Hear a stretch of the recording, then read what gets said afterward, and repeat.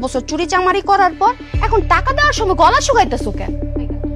রাইসা, তুমি এটা কি কইলা? দেখো, তুমি যা খুশি কও আমরা মাইনে নিব, কিন্তু চুরির কথা কইও না। এই দায় আমার ঘাড়ে দিও না। এই জামাল জীবনে কোনো অন্যায় করে নাই, ছোট ভাইয়ের হক মাইরা খায় নাই। আমি সবসময় যা করছি ছোট ভাইয়ের ভালো লেগে করছি। আমি যদি মইরাও যাই, আমি আমার ছোট ভাইয়ের কোনোদিন কষ্ট দেব না।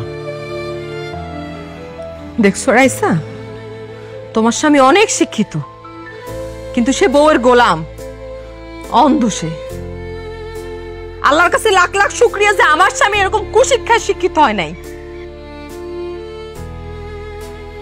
যাও মা, যাও যাও, আল্লাহ তোমার সুস্থ করে দেখ মা।